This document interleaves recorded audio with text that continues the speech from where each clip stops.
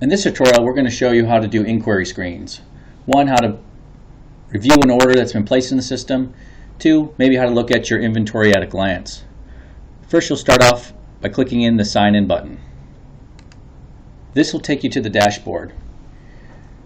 Here you can see your current dashboard with little widgets, as well as your navigation at the top. To review an order, we're going to go ahead and click on Orders and Inquiry. On this screen, we can start to put in order information. For an example, an order ID could be the order ID that you use to place the order into our system. Reference number could be your shopping cart number, maybe a QuickBooks number.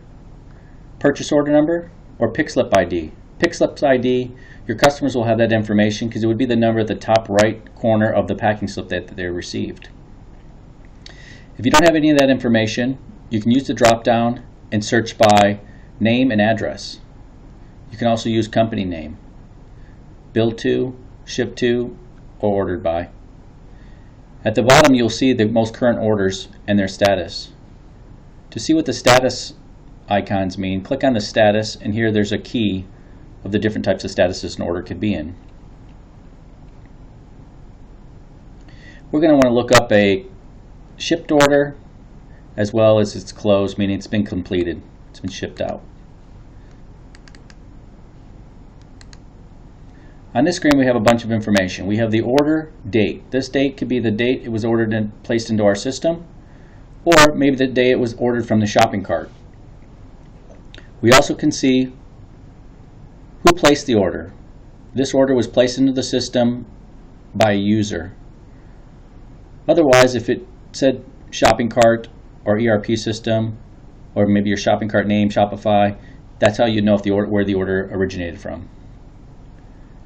At the bottom, we have the order information. The order summary. One item was ordered with a quantity of 1. This item has a default shipping price within the system, and there's been no tax on it. The bill of materials might show what makes up that particular item, so it would show you the bill of materials and the components that went with it. The shipping information. If it came over from a shopping cart, the requested ship method would be the way that the shopping cart sent us over. At the bottom, where it says ship method, you will see the ship method we used to ship it out, as well as the ship date. This went out in a carton. It could also be a pallet or a crate. And then as well as the tracking number. If you click on the tracking number, it will take you to the UPS, FedEx, the post office, or DHL, etc. To track the package. If you want to print a copy of this particular order, you can generate a PDF by clicking on this button below. To place a new order, click on Find Orders. It will take you back to the search screen. Next, if you want to look up inventory at a glance, you can click on Inventory and Product Inquiry. On this screen, you can type in some information at the top, either the product ID, description, or UPC code. As you start to type in information, the bottom list will start to pre-sort. If you have a small inventory list, you can just view on one screen. There's no need to click on any of the search information at the top. Below, you will see all your product IDs and your description, as well as on-hand quantity and available, and if a product has been deactivated. The on-hand quantity is items still sitting in the warehouse. Available quantity is what you can still sell or still available. These numbers will only match up most likely once all orders have been closed out. Most likely at 5:30 in the evening, the orders should all be closed and shipped. This would not match up if you had items on back order at another particular order and the order was held until all items are completed. To get in more depth of the information, just click on some of the information within that line to pull up detailed information.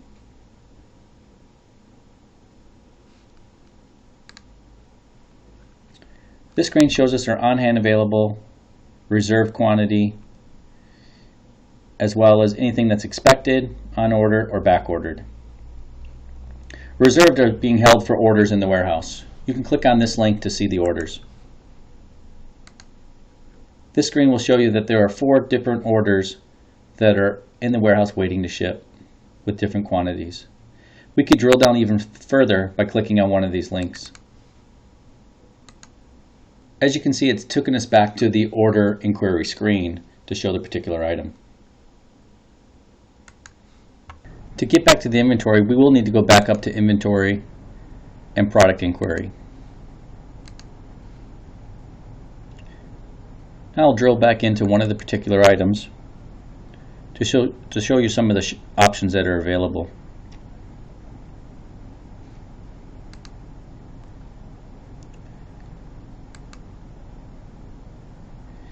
Here we have some warehouse parameters. We can activate or disactivate the item. We can set up reorder points for the particular item. We can also put in some comments in this particular item. We can also click on the WMS unit link that will show us actually the location it's stored at in the warehouse. Physical characteristics. We can set up the weight of the item, the particular, if it's ounces or pounds, height, width, dimensions, as well as cubic foot or cubic foot per piece. Also, if this item ships separately in its own package. These items tie to the back-end billing if we need different packaging or boxes to use.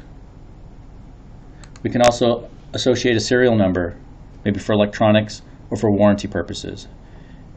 This could be tracked during the item import, or when an order ships out, it can grab a particular serial number. Shipping characteristics. This is used mostly for our international customers. So if we're shipping international, we'll want to know the country of origin, if you know the tariff code, the customs value, insurable value, a description of the commodity, and if you know the freight class. This information can be preloaded in an Excel spreadsheet and uploaded, or it can be typed in by going up to the inventory, define, or create edit.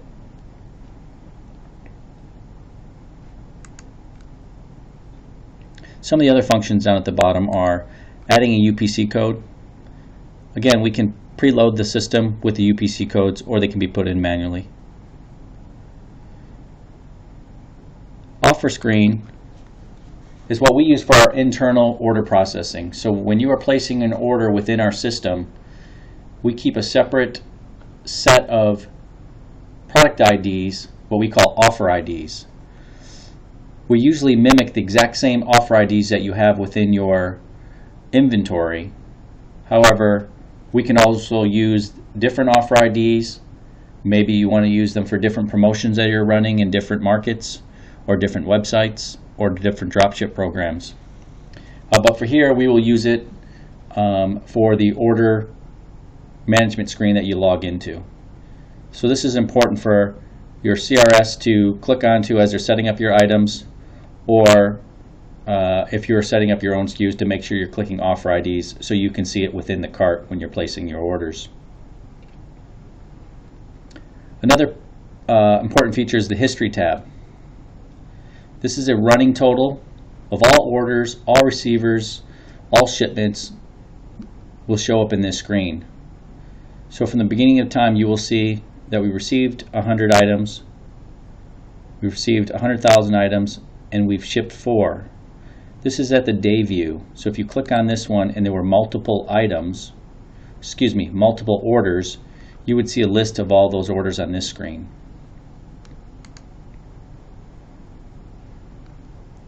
As well as if there's inventory adjustments or returns, each one would be tagged. You can click on it to get more in-depth detail. If your product requires lot control or version control, we have a tab right here called versioning. Within here, we can turn it on and add the lot control number, the version number, as well as the start date and expiration date. Once this is turned on, the system will follow the FIFO rule and grab the oldest inventory first. To find more items, you just click on the Find Products, and it will take you back to your inventory view screen. That is it for inquiry screens. Thank you for watching.